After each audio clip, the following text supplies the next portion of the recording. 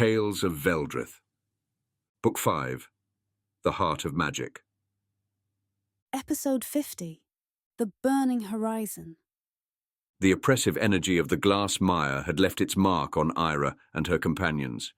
Even as they trekked northward, the swamp's shadows lingered in their minds, its whispers trailing them like a phantom. But the air grew thinner as they ascended toward the rocky highlands, and with it came a sense of urgency. The next fragment was waiting, and the Abyssal Order would not be idle. Brandr walked beside Eira, his shield strapped securely to his back. His weathered face betrayed his unease. 2 fragments down, but this feels like we're just feeding the beast. If we're not careful, we'll be leading the Abyssal Order straight to the heart. They already know about it. Eira replied, her voice steady.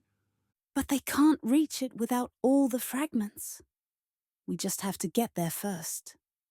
And when we do, Brandr asked. what happens then? Eira hesitated, her mind drifting back to Vest in Us's spectral warning. We figure it out when we get there. As they climbed higher into the highlands, the air grew hotter. The earth beneath their feet cracked and scorched.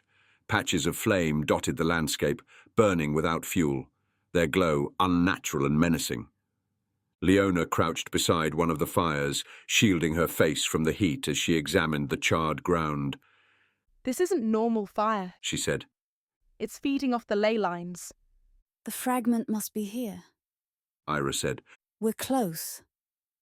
Brandr scanned the horizon, his hand resting on his sword. If this fire's tied to the fragment, destroying it could destabilize the entire area. Leona snorted. Oh, good. Another fragment that wants to kill us. At least it's consistent. As they pressed forward, they came upon a small village nestled in a rocky valley. The houses were scorched husks, their timbers blackened and crumbling. The air was thick with ash, and the ground was littered with the remains of the villagers, charred skeletons frozen in desperate poses. Brandr grimaced, his hand tightening on his sword. This wasn't just fire. They were consumed.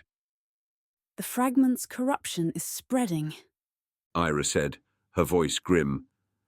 If the Order gets their hands on it, this won't be the last village to fall. Leona knelt beside one of the skeletons, her brow furrowed. It's not just the fire. Look at the ground. She pointed to faint, glowing veins running through the scorched earth. The ley lines are pushing the corruption outward, like blood pumping through veins. Eira nodded, her jaw tightening. Then we have to stop it here. As they moved deeper into the village, the faint sound of chanting reached their ears. It was low and guttural, carried on the hot wind. Eira raised a hand, signaling for silence, and the group crept forward. At the center of the village stood a massive stone altar surrounded by robed figures. The fragment hovered above it, its glow pulsing like a heartbeat. The cultists chanted in unison, their voices rising as flames danced around them. They're drawing power from the fragment. Eira whispered. They're feeding the corruption. And if we charge in, they'll burn us alive. Leona muttered, her hand drifting to her satchel of vials. Any bright ideas? Eira studied the scene, her mind racing. The fragment's energy radiated outward, feeding the unnatural fires and strengthening the cultists. If they attacked head-on, they'd be overwhelmed. But if they could disrupt the ritual... We split up. Eira said. Brandr, you take the guards and draw their attention. Leona and I will circle around and hit the altar from behind. Brandr frowned. You sure about this? We don't have a choice. Eira said. We take out the fragment, or they destroy everything. Brandr led the charge, his shield raised as he and the guards stormed into the village square. The cultists turned, their chanting faltering as they raised their hands, summoning waves of flame to block the advance. Stay together! Brandr shouted, deflecting a fiery strike with his shield. Don't let them break the line! Meanwhile, Eira and Leona slipped through the narrow alleys, keeping low as they approached the altar. The fragment's glow grew brighter, the heat searing their skin even from a distance. This thing's going to blow the moment we touch it. Leona muttered, pulling a vial from her satchel. You've got a plan for that, right? Destroy it before it destroys us, Eira said, her sword gleaming in the firelight. As they neared the altar, a figure stepped forward from the flames. They were tall and imposing, their robes adorned with intricate abyssal runes. Their eyes burned with an unnatural light, and their voice echoed with power. "You dare defy the abyss?" The leader intoned, their hands igniting with flames. "The ley lines are ours to command. You are nothing but embers waiting to be extinguished." Eira stepped forward, her sword raised. You're not taking the ley lines. Not while I'm standing. The leader laughed, their voice reverberating through the village. "Then let me show you the might of the abyss." They raised their hands, summoning a towering inferno that surged toward Eira and Leona.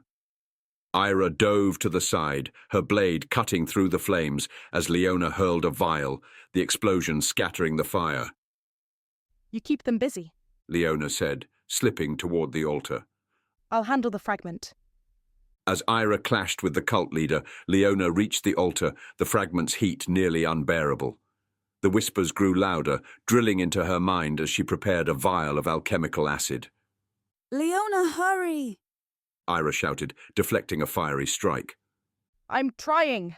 Leona snapped, her hands shaking as she poured the acid over the fragment. The moment it made contact, the fragment flared with blinding light, and the ground shook violently. The cult leader screamed, their connection to the fragment severed. Flames erupted around them, consuming their form as they dissolved into ash. The fragment shattered, releasing a shockwave that extinguished the unnatural fires and sent Eira and Leona sprawling. When the dust settled, the altar was empty, its power gone. Brandr and the guards regrouped, their faces smudged with soot but alive. The village was silent, its scorched remains a grim reminder of the fragment's power. Leona picked up a piece of the shattered fragment, its surface still faintly glowing. 3 down, She said, her voice heavy. How many more to go? Eira stared at the glowing veins beneath the earth, their light dim but still present. Enough to finish what we started. Brandr approached, his expression grim. The Order won't stop. They'll know we're coming for the next one. Let them come. Eira said, her voice cold. We'll be ready. Together they turned toward the horizon, where the glow of the next ley line awaited. Thank you for listening to the Tales of Veldrith. Books 3 through 5 are now available on Kindle and in paperback. Visit mattytaylor.com for links.